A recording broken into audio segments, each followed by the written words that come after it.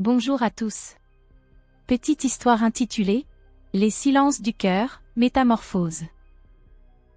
Chapitre 4 – L'Alliance. Alors qu'il se croyait perdu dans ce labyrinthe de métal et de pièges, Julien perçut un bruit inhabituel. Ce n'était ni le bourdonnement des machines, ni les pas mécaniques des drones. C'étaient des pas humains, rapides mais discrets, comme si quelqu'un se faufilait dans l'ombre. Son cœur battit plus fort, partagé entre la méfiance et l'espoir. Au bout d'un couloir faiblement éclairé, une silhouette apparut. C'était une jeune femme vêtue d'une combinaison semblable à celle des assistants du laboratoire. Son visage était partiellement dissimulé par une capuche, mais son regard, lui, brillait d'une intensité rare. Elle leva lentement les mains, paumes ouvertes, pour lui montrer qu'elle n'était pas une ennemie. « Julien, je suis venue t'aider », dit-elle d'une voix à peine audible, trahie par la peur.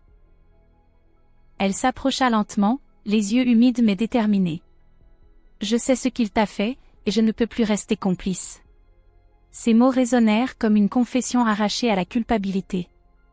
Elle connaissait le scientifique, ses méthodes, ses crimes. Elle avait vu les cobayes mourir un à un dans des souffrances abominables, et maintenant, elle refusait d'être témoin une fois de plus. Julien baissa légèrement la tête, observant cette femme fragile face à lui, prête à défier le monstre qu'il avait créé. Elle reprit, plus ferme. « Si tu veux sortir, tu as besoin de moi.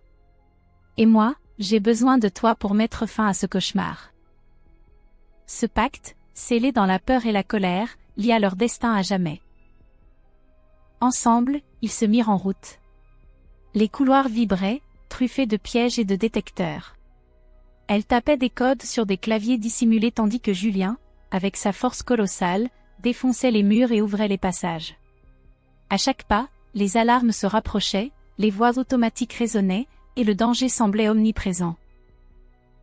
Pourtant, entre eux, une complicité étrange se formait. Elle voyait au-delà de sa monstruosité, devinant encore l'homme derrière la bête. Et lui, malgré la douleur et la colère, percevait chez elle une lumière, fragile mais tenace.